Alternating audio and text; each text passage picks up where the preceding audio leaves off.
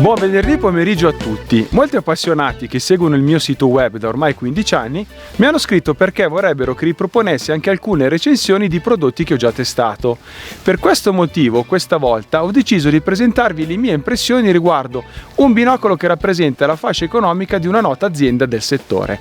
Sto parlando dello Zeiss Terra AD 8x42 che è venduto prezzo aprile 2021 a 529 euro IVA inclusa e che beneficia di 3 anni di garanzia. Su Binomania sono già state pubblicate 2 recensioni di questo binocolo, una che scrissi nel 2013 e l'altra nel 2019. All'epoca della sua presentazione il binocolo fu un grande successo perché gli amanti del marchio avrebbero per la prima volta potuto possedere un binocolo Zeiss a un prezzo decisamente favorevole. Ma le sue prestazioni lo sono altrettanto? Lo vedrete tra pochissimo, subito dopo la breve sigla.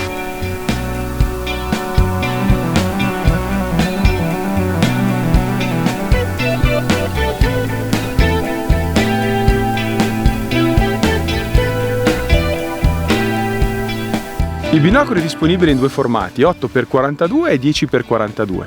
Possiede una pupilla di uscita di 5,3 mm e una distanza minima di focalizzazione che è dichiarata in 1,6 metri. Ha un'estrazione pupillare di 18 mm. È dotato inoltre di prismi Smith Passion, è riempito in azoto e la sua temperatura di funzionamento è compresa tra i meno 15 gradi e i più 60. Il peso, sempre dichiarato, è pari a 725 grammi. Lo Zeiss Terra AD 8x42 è lo stesso schema ottico e meccanico dei modelli precedenti. È dotato di una cerniera centrale e di un ampio ponte che dà solidità alla struttura e che collega i 2 tubi ottici. La mia bilancia elettronica ha stimato un peso di 718 grammi, compresi i laccetti che reggono la cinghia. Se si impugna il binocolo verso gli oculari, è possibile spostare la manopola della messa a fuoco con il dito indice senza piegare troppo le dita. Grazie anche alla posizione del rotore di messa a fuoco, il binocolo è un po' sbilanciato verso gli oculari e questo facilita le osservazioni nel lungo periodo, perché non si è costretti a compensare con la muscolatura il peso spostato verso gli obiettivi. Come vedete, inoltre, l'esemplare che sto testando è proposto in un piacevole colore verde e per consentire una presa più sicura ci sono degli inserti antiscivolo di colore nero nelle zone laterali inferiore e superiore dei tubi ottici. Ottimi anche i tappi paraluce e il sistema di fissaggio a sgancio libero. Lo Zeiss Terra AD 8x42 è dotato inoltre di un sistema centrale di messa a fuoco. Come vedete è interno e tropicalizzato perché si muovono gli elementi ottici meccanici dentro lo scafo ottico. La manopola è grande e abbastanza scorrevole con un discreto punto univoco di messa a fuoco. A dispetto di quanto dichiarato mette a fuoco a 1,45 m. Da questa distanza occorrono 3/4 esatti di rotazione della manopola per raggiungere l'infinito. La prestazione è decisamente più performante se si focalizza dai 3-4 metri verso appunto l'infinito. Già verso i 35-40 metri di distanza si ottiene un'ottima profondità di campo. Vi ricordo che la profondità di campo massima è data dal quadrato dell'ingrandimento, quindi le immagini dovrebbero essere totalmente a fuoco da 64 metri all'infinito. In realtà l'accomodamento visivo è in grado di compensare in parte la sfocatura delle immagini. Proprio per questo motivo un ragazzo potrebbe conseguire dei risultati migliori rispetto alla mia vista da 46enne. Gli obiettivi sono dotati di lenti shot ED.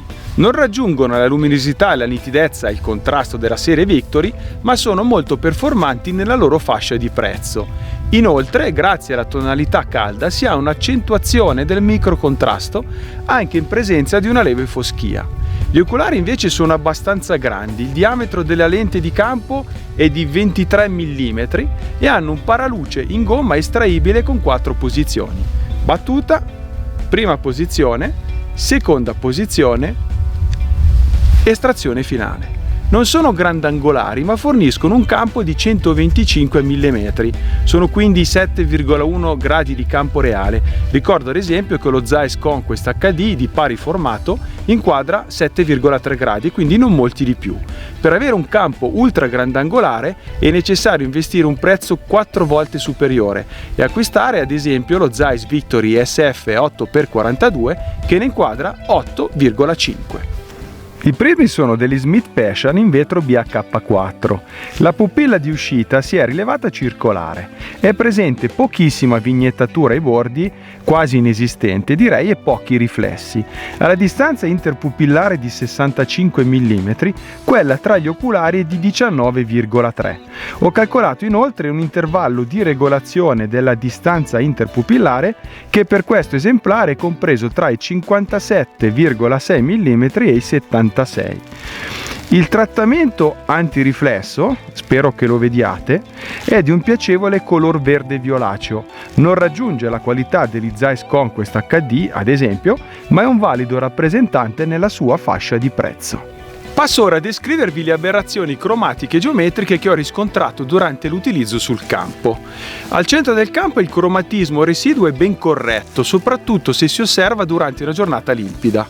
Giacché i suoi obiettivi non sono composti di vetri pregiati, come ad esempio la serie Victory HT, si percepirà durante le giornate fosche come oggi, oppure osservando dettagli in controluce, un poco di alone spurio intorno ai soggetti e oggetti più luminosi. Devo ammettere che tuttavia nella maggior parte delle condizioni osservative il contenimento di tale aberrazione è molto buono, una caratteristica che sarà apprezzata dagli appassionati esigenti che utilizzano soprattutto prodotti di alta gamma. Il cromatismo laterale invece si nota da circa il 75% del campo di vista, come un lieve alone blu-verde intorno ai bordi degli oggetti inquadrati, specialmente se in controluce.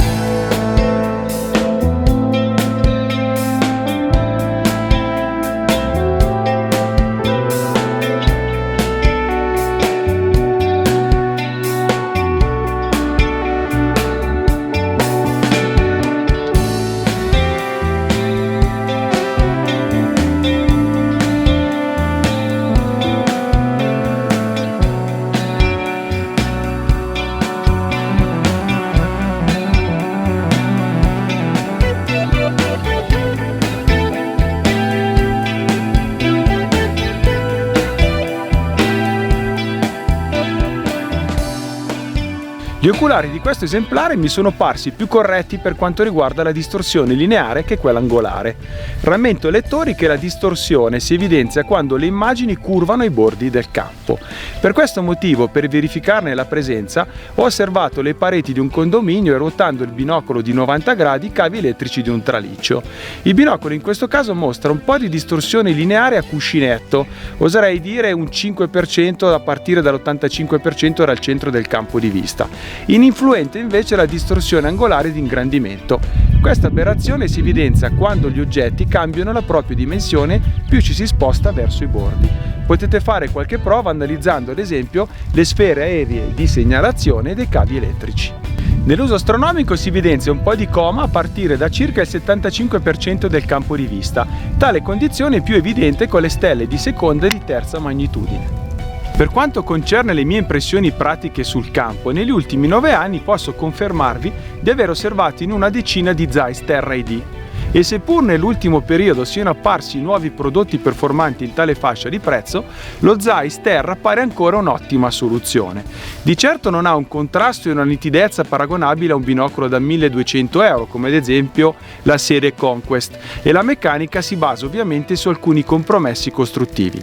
Le ottiche a bassa dispersione però sono in grado di contenere la maggior parte del residuo cromatico e nelle migliori condizioni di illuminazione al centro del campo è spesso difficile notare delle differenze comparandolo a prodotti dal prezzo superiore.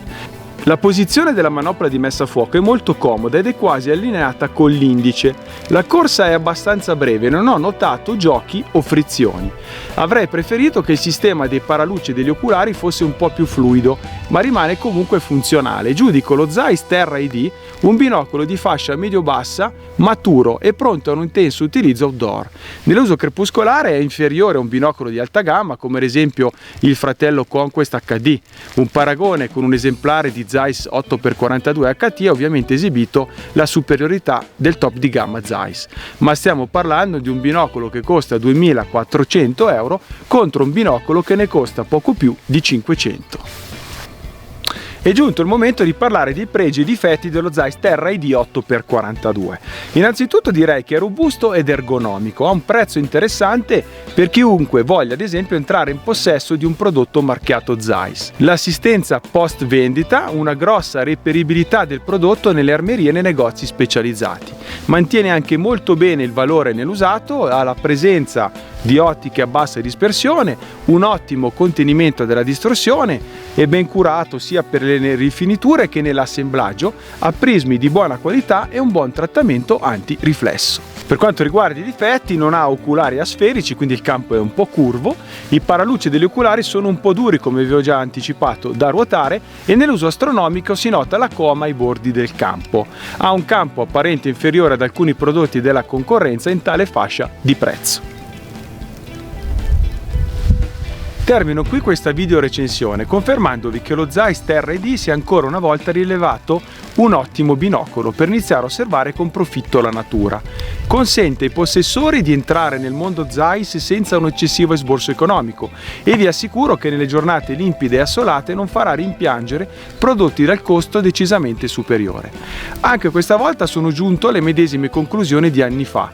Siete appassionati del marchio Zeiss ma non volete o potete acquistare i performanti Victor HT o Victor ESF? Avete bisogno di un secondo binocolo più economico del vostro top di gamma? Oppure volete convincere la vostra compagna o i vostri figli ad accompagnarvi durante le vostre sessioni osservative? Bene, lo Zeiss Terra ID potrebbe essere il binocolo adatto per voi.